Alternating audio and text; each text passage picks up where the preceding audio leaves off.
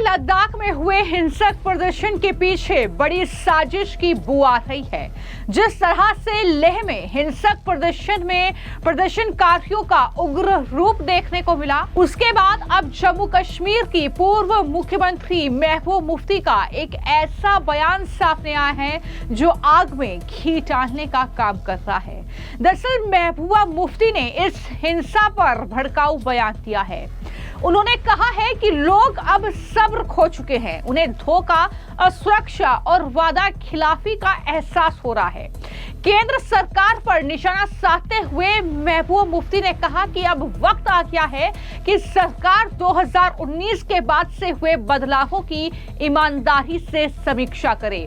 तो ये जम्मू कश्मीर की पूर्व मुख्यमंत्री हैं महबूबा मुफ्ती, जो खुलकर आतंकवादियों का समर्थन करती हैं, जो खुलकर पत्थरबाजों का समर्थन करती हैं, जेल में बंद कैदियों को बाहर निकालने की बात करती हैं। और महबूबा मुफ्ती ने जब लेह लद्दाख इस तरीके से हिंसा की आग में झुलस रहा है, जब वहां पर शांति कायम करने की कोशिश हो रही है, तो महबूबा मुफ्ती वहां के इन युवाओं को भड़काने में कोई कोर कसर बाकी नहीं छोड़ रही है।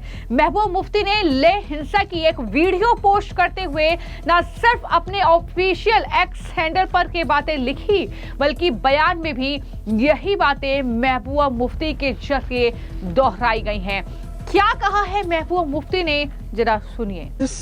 जैसे आप सब जानते हैं कि लद्दाख के लोग बहुत ही पुरअमन किस्म के लोग हैं। उन्होंने आज तक जब भी एहतजाज किया है बड़ा पीसफुल तरीके से किया है, मगर जब 2019 में जब यहाँ हमारा जो स्पेशल स्टेटस उसको गैर कानूनी गैर आइनी तरीके से ख़त्म किया गया, तो उस वक्त लद्दाख के लोगों में एक खुशी की लहर दौड़ी।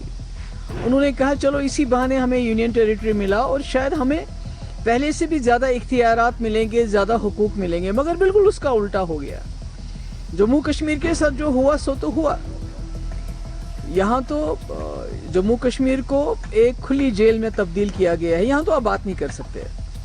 जो कल लद्दाख में हुआ है वो तो हम सब ने देखा, मगर जम्मू कश्मीर में अगर कोई बात करता है, सांस भी ऊंचा लेता है, तो उसको PSA UAPA के आहता जेल में डाल देते हैं। कल जो लद्दाख में हुआ वो सिर्फ एक कश्मकश है कि जो हमारी शनाख्त है, हमारा कल्चर है, हमारी ज़मीनें हैं, हमारा नौकरियां हैं, वो महफूज रहें। और जो 2019 में हो उसका मकसद ही यही है कि जम्मू कश्मीर बशमूल लद्दाख, जो हमारी ज़मीन है, जो हमारा कल्चर है, जो हमारी आइडेंटिटी है, जो हमारे जॉब्स हैं, जो हमारे वसाइल हैं, हमारे माइंस हैं, हमारा पानी है, किसी तरीके से जम्मू कश्मीर लद्दाख के लोगों को इससे डिप्राइव किया जाए, इनसे वो छीना जाए। और ये बात लद्दाख के लोग समझ चुके हैं कि उनको लगता है कि शायद जब जम्मू कश्मीर के साथ हम थे तो ज़्यादा महफूज थे बजाय जो आज वहाँ हालात है, क्योंकि लद्दाख का एनवायरनमेंट ऑलरेडी बहुत ही ज़्यादा जो वहाँ है वो बहुत सेंसिटिव है। ज़मीन उनके पास ऑलरेडी बहुत कम है, उसमें बहुत बड़ा पोर्शन आर्मी के पास है। अब जो बची कुची है उसमें बड़े बड़े जो बिजनेसमैन हैं उनकी नज़र लगी हुई है। डेवलपमेंट के बहाने, सड़कें बनाने के बहाने, होटल बनाने के बहाने, रिजॉर्ट्स बनाने के बहाने उनसे वो चीज़ें छीनने का खतरा लग रहा है उनको। जब बाहर से बहुत सारे लोग आएंगे तो नेचुरली उनका कल्चर, क्योंकि उनकी आबादी कितनी है, कुछ लाख है उनकी आबादी, जो लद्दाख के लोग हैं, करगिल को मिला के, लेह करगिल को, तो उनके दिल में ये डर बैठ गया है कि अगर हम अभी भी खड़े नहीं हुए, अगर अभी भी हमें नई दिल्ली से हमारी ज़मीन, हमारी नौकरियां, हमारी कल्चरल आइडेंटिटी को सेफ गार्ड करने के लिए 6 शेड्यूल नहीं दिया जाता है, तो हमारी सब कुछ हमारा ख़त्म हो जाएगा। और इसी मामले में कल मेरे ख्याल में जो उनको पिछले कई सालों से उनको वो मरकज़ी सरकार की तरफ से, स्पेशली होम मिनिस्ट्री की तरफ से वादे किए जा रहे थे, तो कल उनका वो कहते हैं ना पैमाना लबरेज हो गया। उनको लगा ये सब झूठ है, ये झूठे वादे हैं, ये जुमले हैं, तो इसलिए उन्होंने उसमें वायलेंस हुआ और पहली बार लद्दाख में वायलेंस हुआ है। तो मुझे लगता है कि ये सोचना चाहिए मरकज़ी सरकार को कि उन्होंने एक हस्ती बस्ती लद्दाख जैसी जगह, जो हमेशा पुरअमन रही है, कि जब कश्मीर में हालात बहुत ख़राब हुए, जम्मू में हालात बहुत ख़राब हुए, लद्दाख बड़ा पुरअमन रहा। उनका करगिल वॉर में बहुत ही जो है सपोर्टिव, बहुत ही इम्पोर्टेंट रोल रहा है।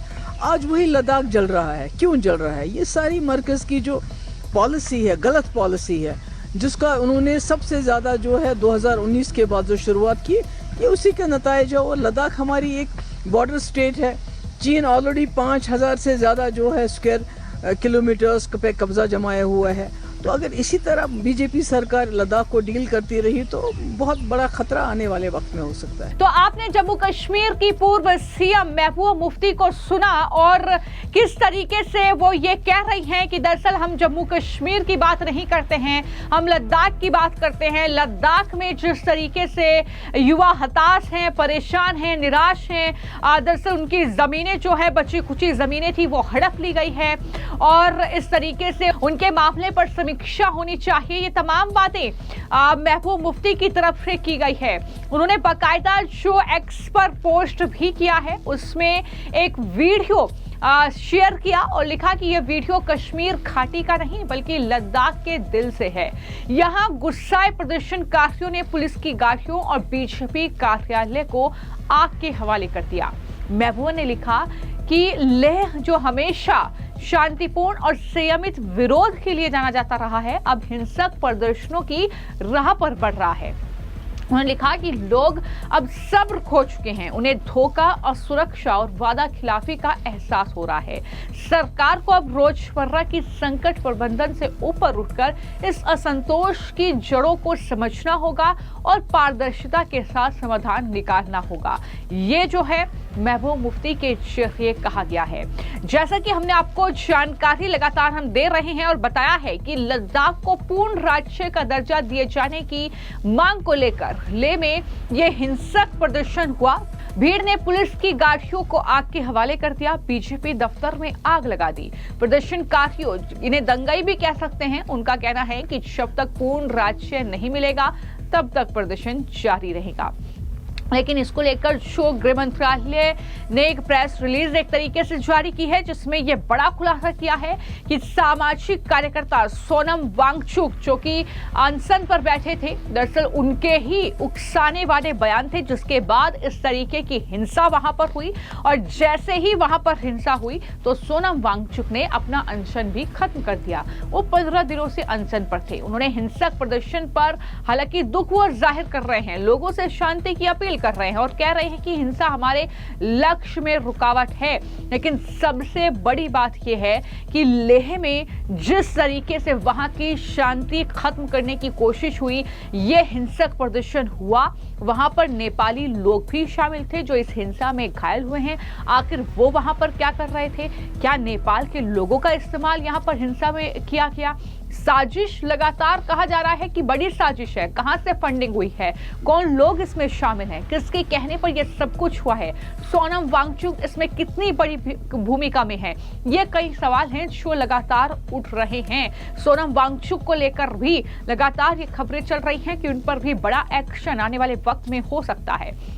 मैं आपको ये जानकारी दे दूं कि 5 अगस्त 2019 को मोदी सरकार ने जम्मू कश्मीर से अनुच्छेद 370 हटा दिया था। इसके साथ ही जम्मू कश्मीर को 2 केंद्र शासित प्रदेशों जम्मू कश्मीर और लद्दाख में बांट दिया। इसके बाद से समय समय पर दोनों ही राज्यों में पूर्ण राज्य के दर्जे की मांग उठती रही है और उसी को लेकर इस तरीके से ये जो अनशन था ये आंदोलन में बदला और आंदोलन जो है इस तरीके से हिंसक रूप ले गया, जिसको लेकर अब कहीं ना कहीं चौंकाने वाले और बड़े खुलासे हो रहे हैं। लेकिन सबसे ज्यादा आश्चर्य की बात यह है कि कुछ विपक्षी दलों के नेता आग में घी डालने का भरपूर काम कर रहे हैं, जो लगातार इन लोगों को हिंसा के लिए उकसाते हुए नजर आ रहे हैं। फिलहाल आपकी इस पूरे मामले को लेकर क्या राय है, हमें कमेंट बॉक्स में जरूर लिखें। धन्यवाद।